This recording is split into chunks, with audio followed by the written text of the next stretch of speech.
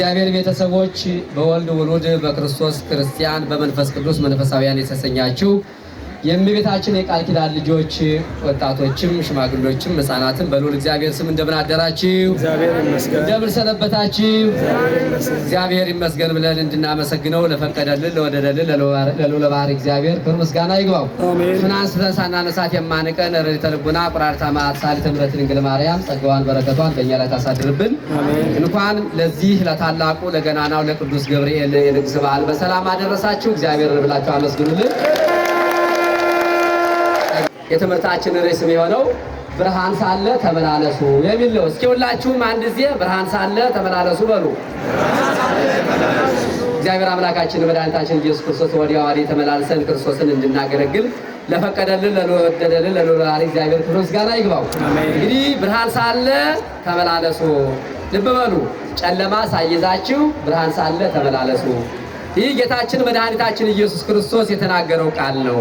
ቅድም ሊቁ መላከመዊ ሐዋዝ ብርሃን መጻ ውስተ ዓለም ገብርኤል አብሰራ ለማርያም፣ ብርሃን ወደዚህ ዓለም መጣ ቅዱስ ገብርኤል እመቤታችን አበሰራት እያሉ ሲዘምሩ ነበር የቅዱስ ያሬድ ቃል። ቅዱስ ያሬድም ከወንጌሉ ያገኘውን ቃል ነው። ጌታችን መድኃኒታችን ኢየሱስ ክርስቶስ በዮሐንስ ወንጌል ምዕራፍ 3 ከቁጥር 19 ላይ እንዲህ ይላል፣ እስመ ብርሃን መጻ ውስተ ዓለም፣ ብርሃን ወደዚህ ዓለም መጥቷል። ወአብደረ ሰብእ ጽልመተ ብርሃን፣ ሰው ግን ከብርሃን ጨለማን ከእውቀት ድንቁርናን ከክርስቶስ ሰይጣንን ከወንጌል ኦሪትን ወደደ ብሎ ጌታችን መድኃኒታችን ኢየሱስ ክርስቶስ የተናገረውን ቃል ቅድም ሊቁ ብርሃን መጻ ውስተ ዓለም እያሉ ተናግረውታል። ዛሬ ዘመኑ ዘመነ ብርሃን ነው። ልብ በሉ። ቅድስት ቤተ ክርስቲያን ቀዳማዊ ቅዱስ ያሬድ ከፍሎ ክፍላተ ዘመን ሰጥቶ ክፍላተ መዝሙራት ሰጥቶ ባለፈበት ዘመን የተሰራ የተደነገገ የተወሰነ ውሳኔ ነውና ዛሬ የምናከብረው ዕለተ ብርሃን ይባላል። ከቅዱስ ገብርኤል በዓል ንግስ በላይ የብርሃን ቀን ነው። ብርሃን ኢየሱስ ክርስቶስ ወደዚህ ዓለም የመጣበት 5500 ዘመን ጨልሞ በጨለማ ጥቅጥቅ ተይዞ የነበረው ዓለም ጎህ የቀደደበት ጌታችን መድኃኒታችን ኢየሱስ ክርስቶስ ከመወለዱ አስቀድመው ነቢያት የተናገሩለት ትንቢት የተናገሩለት ብርሃን መጻ ውስተ ዓለም፣ መድኃኔ ዓለም ኢየሱስ ክርስቶስ ብርሃን ወደዚህ ዓለም መጣ ተብሏልና ብርሃን ሳለ ተመላለሱ የሚል ትምህርታችን ርዕስ። እንግዲህ ልብ በሉ፣ ብርሃን አለ፣ ጨለማ አለ። እስመ ዘየሐውር ውስተ ጽልመት ኢየአምር ኀበ የሐውር፣ በጨለማ የሚጓዝበትን ሀገር የሚጓዝበትን መንገድ አያውቅም ይላል። እንደምታውቁት በጨለማ መጓዝና በብርሃን መጓዝ ምን አይነት ልዩነቱን ሰማይና ምድር ነው። በጨለማ የሚጓዝ የሚሄድበትን ቦታ ያውቀውም፣ የሚጠይቀው ሰው መንገድ የሚያሳየውም የለም። በብርሃን የተመላለሰ ግን መንገድ የሚያሳየው የሚጠቁመው የሚያርፍበት የሚያየው ተራራ የሚያየው ሸንተረር ይኖራል ማለት ነው። እና ብርሃን ሳለ ተመላለሱ።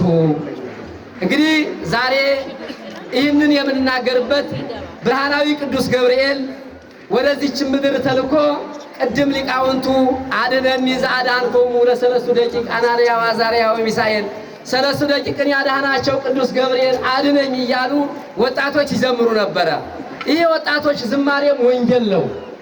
ሊቃውንቱ ሲያመሰግኑት የቆየም ወንጌል ነው። አሁን የሚነገርም ወንጌል ነው። ከወንጌል የወጣ ነገር የለም። ስለዚህ ብርሃን ሳለ ተመላለሱ። ዛሬ ቅዱስ ገብርኤል ወደዚች ምድር የተላከበት ቀን ነው።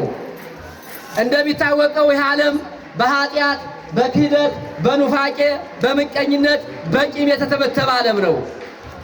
በዚህ ዘመን ቅዱስ ገብርኤል በተላከበት ዘመን አናንያ አዛርያ ሚሳኤል የሚባሉ የንጉሥ ልጆች ናቸው። ነገር ግን ስደተኛ ነበሩ።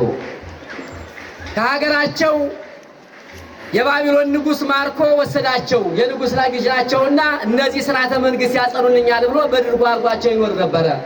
በዚህ ጊዜ ግን ምንድነው የሆነው? ያ በዘመኑ የነበረ ንጉሥ ጣዖት ያመልክ ነበረ፣ እግዚአብሔርን አያውቅም ነበረ።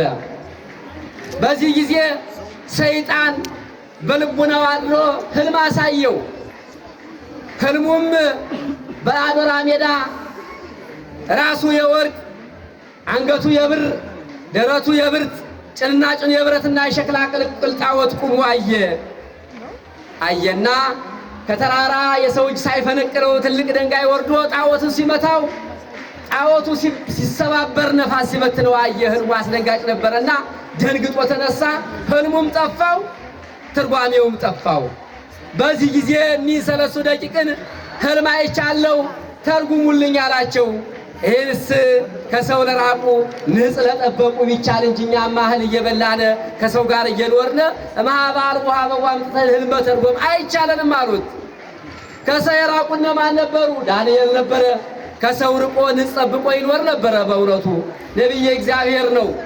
በዘመኑ እግዚአብሔር የእግዚአብሔርን ቃል እንዲናገር ክርስቶስ ከሰማያ ሰማያት እንደሚወርድ ከድንግል ማርያም እንደሚወለድ ትንቢት የሚናገር የሚያስተምር ነብይ ነበረ። ለሱ ቢቻል እንጂ ለኛ አይቻለንም አሉት። ከዚያ በኋላ ዳንኤል ሄዶ የንጉሱን ሕልም ተረጉማለሁ፣ ሕልሙን ንገሩኝ አለው። ንጉሱን አቅርቡኝ አለው። ወደ ንጉሱ ቀረበ። ዳንኤል ያላየውን ሕልም በመንፈስ ቅዱስ ተገልጾለት ንጉስ ከዕለታት በአንድ ቀን በልተህ ጠጥተህ በሰገነት ስትመላለስ ይህን ዓለም እንደ ሰም አቅልጬ እንደ ገልቀጥቅጬ ገዛሁት። ከኔ በኋላ የሚነግሰው ደካማ ለሆነ ኃይለኛ በተገለጸልኝ በወደድሁ ነበር ላስብ። በዚህ ጊዜ ሕልም አየህ። ሕልሙም ራሱ የወርቅ አንገቱ የብር ደረቱ የብረት ጭናጭኑ የብርት ቅልቅል ጣዖት ቆሞ አየህ። በዚህ ጊዜ ከተራራ ድንጋይ ሳይፈነቅለው የሰው ልጅ ሳይፈነቅለው ትልቅ ድንጋይ ወርዶ ጣዖቱን መታው፣ በነፋስ ተበተነ። በዚህ ጊዜ ደነገጠ፣ ሕልሙም ጠፋ አለው። አዎ ዳንኤል ትክክል ነው፣ ሕልሙስ ይህ ነው ተርጉምልኝ አለው። እሱም ተረጎመለት። ከዚህም በኋላ ይህን ያየውን ጣዖት ያ አላዊ ንጉሥ ጣዖትን አቁሞ ለዚህ ጣዖት ያልሰገደ አንገቱ ለሰንሰለት እግሩ ለሰንሰለት አንገቱ ለስለት ሀብቱ ለማዕድ ቤት ይሆናል ብሎ አወጀ። በዚህ ጊዜ እኒህ የተማረኩ አናንያ፣ ሚሳኤል፣ አዛርያ፣ ሚሳኤል የሚባሉ ክርስቶስን የሚያምኑ በክርስቶስ የሚታመኑ በፈጣሪያቸው የሚያምኑ በፈጣሪያቸው የሚታመኑ ደግ ነበሩ። እነሱን መጀመሪያ ሰላይ ያቆሙባቸው። ለጣዖቱ ስገዱ አሏቸው፣ አንሰግድም አሉ። ሕዝቡን አመጻመጹብህ ብለው ለንጉሱ ነገሩት። ንጉሱም እናንተ በድርጎ አስቀምጫችሁ ያላችሁ ለኔ በቃል አዝዤ በእጄ አሰርቼ ላሰራሁት ጣዖት ለምን አልሰገዳችሁም አላቸው። ይልቅ ልሰጠው ከበዚህ ነገር ኢኩየ ወይ ሰናየ፣ በዚህ ነገር ክፉ በጎ ልነግርህ አንችልም አሉት። ከዚህም በኋላ ምን ያላቸው? መኑ ያድኅነክሙ እምይእዜ ወእምይእቲ ወደ እሳት፣ አሁን ከእሳቱ ከነበልባሉ ከእጄ ማን ያድናችኋል አላቸው። እነሱ ግን ምንድነው ያሉት? አንተንም እኛንም የፈጠረ ያድነናል አሉት። እግዚአብሔር አምላካችን መድኃኒታችን ኢየሱስ ክርስቶስ የፈጠረን እግዚአብሔር አለ ከሁሉ ነገር ይሰውረን። ከዚህም በኋላ ምንድነው ያላቸው? ካዳናችሁማ ጥሩ ነው አለና ቅንጫብ ያለውን እንደ ወይራ እንደ ቁልቋል እንደ ዘግባ ያለውን ጥሩን እንጨት ሁሉ አስደመረና በእሳት አቃጥሉት አላቸው። ያ ነበልባሌ እሳት 100 ክንድ ነበልባሉ ወደ ላይ ወጥቷል። በዚህን ጊዜ ጣሏቸው አሉ። አስረው ገንዘው በእሳቱ ጣሏቸው። ከዚህም በኋላ ግን ምንድነው ያላቸው? ያሉት ነበር እነሱ አንተንም እኛንም የፈጠረ ያድነናል ብለውት ነበርና በዚህ ጊዜ ዛሬም እኛን እየተላከ ምሕረት የሚለምንልን ጸጋ የሚያሰጠን ከጥንተ ጠላታችን ከዲያብሎስ የሚያድነን ቅዱስ ገብርኤል ላከላቸው። ቅዱስ ገብርኤል በበትረ ብርሃኑ ያንን እሳት ቢባርከው እንደ ማልዳ ውርጭ ሆኖላቸዋል። እግዚአብሔር ልላቸው አመስግኑ። እሳቱ ቀዝቅዞላቸዋል። እግዚአብሔር አምላካችን መድኃኒታችን ኢየሱስ ክርስቶስ በእኛም የመጣውን ነገር ሁሉ እግዚአብሔር ያቀዝቅዝልን። እንደዚህ ካደረገ በኋላ ንጉሱ ትማልም ሰለስተ አሲረነ ወደይነ ውስተ እሳት፣ ትናንት 3 ሰዎች አስረን ገንዘን ተብትበን በእሳት ጥለን ነበረ፣ እንዲያው አምላካቸው አድኗቸው ይሆን አለና መስኮት ከፍቶ በሰገነት ሆኖ አየ። በዚህም ጊዜ ግን ስንት ሰው አየ? ትማልም ሰለስተ አሲረነ ወደይነ ውስተ እሳት፣ ትናንት 3 ሰዎች አስረን ተብትበን ገንዘን በእሳት ጥለን ነበረ፣ ዛሬ 4 ሰዎች ሁኛ አየሁኝ። አራተኛው ወልደ እግዚአብሔርን ይመስላል አለ። ልብ በሉ። ወልደ እግዚአብሔር ማለት ማን ነው? ገብርኤል ማለት ነው። ገብርኤል ማለት ወልደ እግዚአብሔር ማለት ነው። አንድም ገብርኤል ማለት እግዚኦ ገብር ማለት ነው። ገብር ማለት አገልጋይ ተገዢ ማለት ነው። ኤል ማለት አምላክ ማለት ነው። ነገረ ትስብእቱ ነገረ መለኮቱ የተገለጸ በቅዱስ ገብርኤል አብሳሪ ትስብእቱ ቅዱስ ገብርኤል ነውና ገብርኤል ማለት ገብ ወእግዚ ጌታና ተገዢና ገዢ ማለት ነው። ልብ በሉ። ስም እግዚአብሔር ዝም ብሎ አይደለም ስምን የሚያወጣው። ስምንም እግዚአብሔር ሲሰጠን በስማችን ውስጥ ትርጓሜ ያለው። የቅዱስ ገብርኤል ስሙ ሲያወጣለት እግዚአብሔር አምላክ ወሰብ ማለት ነው። ለምን? የክርስቶስን ሰው መሆን ለድንግል ማርያም የሚያበስራት ቅዱስ ገብርኤል ነውና ቅዱስ ገብርኤል ላከላቸው። ቅዱስ ገብርኤል ከዚያ ከነደደው እሳት አድኗቸዋል ማለት ነው። ከዚህን በኋላ ግን ምንድነው የሆነው? እና ተንኮለኞች ጥንተ ጠላታቸው ዲያብሎስ አድሮባቸው የነበሩ ጠበብተ ባቢሎን ነበሩ፣ ነገረ ሰሪዎች። እንዲያው አባቶች ነገረ ሰሪ ራሱ ነው የሚጠፋው፣ ነገረ ሰሪ አይጠቀምም። እነዚህ ለንጉሱ አጋልጸው በእሳት እንዳጣሉ ያደረጓቸው ጠይባን ነበሩ። እኒህ ጠይባኖች ግን ህልም መተርጎም አልቻሉም። የሚተረጉሙ ነገር ነበር፣ እነሱ የሚተረጉሙ ተንኮል ነበረ፣ የሚተነኩሉ ቂም ነበረ። እና እነዚህ ቂመኞች ጠበብተ ባቢሎን እና አምላካቸው እኮ አይደለም ያዳናቸው አሉት። አምላካቸው አላዳናቸውም አሉት። እንዴ አምላካቸው ካላዳናቸውማ ከዚህ ከጠፋችሁ እሳት ሲግቡ አላቸው። ከዚያች ጠፍቶ ባደረው በዚያ በፍሙ ቢያገቧቸው እንደ ጅማ ትርርኩም ትር ብለው ባስነደዱት እሳት ተቃጥለዋል ማለት ነው። ክብር ምስጋና ለእግዚአብሔር ይሁን። ስለዚህ አባቶች በሰው ላይ መተንኮል፣ በሰው ላይ መምከር፣ ክፉ ነገር በሰው ላይ መምከር ራስን ማጥፋት ነው። እኒህ ጠበብተ ባቢሎን እነዚህን ሕፃናት ለማስገደል በእሳት ለማቃጠል መክረውባቸው ነበረ። በመከሩት ምክር ግን እነሱ ተቃጠሉ። ታዲያ እግዚአብሔር አምላካችን መድኃኒታችን ኢየሱስ ክርስቶስ እኛም ክፉ ነገር አስበን እንዳንጎዳ እግዚአብሔር ይፍቀድልን። ብርሃን ሳለ ተመላለሱ። ተመልከቱት፣ ብርሃን ሳለ ተመላለሱ ማለት ምን ማለት ነው? እኔ ሳለሁ እኔ እያስተማርኩ ከሰማያ ሰማያት ወርጄ ከድንግል ማርያም ተወልጄ ጎባጣ ሳቀና አይታችሁ እመኑ፣ እውር ሳበራ አይታችሁ እመኑ፣ ሙት ሳነሳ አይታችሁ እመኑ። ዛሬ ካላመናችሁ ግን ኋላ እናንተ እውር ማብራት፣ ጎባጣ ማቅናት፣ እሞተ ማንሳት አይሳናችሁም ሲል አንሶ ስውን ዘብክሙ ብርሃን ብርሃን የሳላችሁ ተመላለሱ። ልብ በሉ፣ ሐዋርያት አብረውት ነበረ 3 ዓመት ከ3 ወር የተመላለሱ።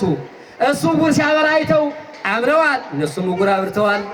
እሱ ጎባጣ ሲያነቃና አይተው አምነዋል፣ እነሱ ጎባጣ አቅንተዋል። እሱ ሙት ሲያነሳ አይተው ነበረ እነ ቅዱስ ጳውሎስ ሙት አንስተዋል።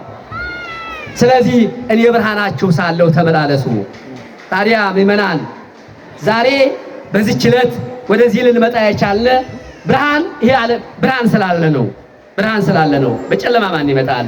ያው ጊዜው ከፍቶብናል። በእውነት እንኳን በጨለማ ምንወጣበት በቀን ምንወጣበት ማጠናል። ስለዚህ ምእመናን ይህ ብርሃን ሳለ ማለት ምንድነው? እድሜ ናት። እድሜ ናት። ብርሃን የተባለች እድሜ ናት። ጨለማ የተባለች ሞት ናት። በጥቅጥቅ ጨለማ መጓዝ እንደማይቻለው ሰው ከሞተ በኋላ ምግባረ ሰናይ መስራት አይቻልም። ስለዚህ ብርሃናችሁ እድሜ ሳላችሁ ስራ ስሩ። ዛሬ ስራ እየሰራችሁ ነው። እቺ ቀን ለቅዱስ ገብርኤል ክብር ሰጣችሁ። 3 ደቂቅን ያዳነ አምላክ ያድነናል ብላችሁ ስለቱን፣ መባውን፣ መታሰቢያውን፣ ዕጣኑን ቋጥራችሁ ወጣችኋል። ስለዚህ ብርሃን ሳል እድሜያችሁ ሳለ ተመላለሱ ማለት ይሄ ነው ክርስቲያኖች። ታዲያ እቺ ብርሃን እድሜ ናት። በዚህ እድሜያችን እግዚአብሔርን ካላሰብነ፣ የተራበ ካላበላነ፣ የተጠማ ካላጠጣነ፣ የተጣላ ካላስታረቅነ ሞት ከመጣ በኋላ ምን እናደርጋለን? የሰው ከሞቱ በኋላ ንስሐ የለውም። ስለዚህ እግዚአብሔር አምላካችን መድኃኒታችን ኢየሱስ ክርስቶስ 3 ደቂቅን ያዳነ በቅዱስ ገብርኤል አማካኝነት ያዳነ በስሙ ተማጽነን እንድንድል እግዚአብሔር ይፍቀድልን። እቺ ብርሃን እድሜያችን ሳለች ስራ ሰርተን የማታልፍ መንግስተ ሰማያትን ስሙን ለመቀደስ መንግስቱ ለማውረስ ያውቃን። አነሳስቶን አስጀምሮ ላስፈጸመን ለልዑለ ባሕርይ እግዚአብሔር ክብር ምስጋና ይግባው። ይቆየን።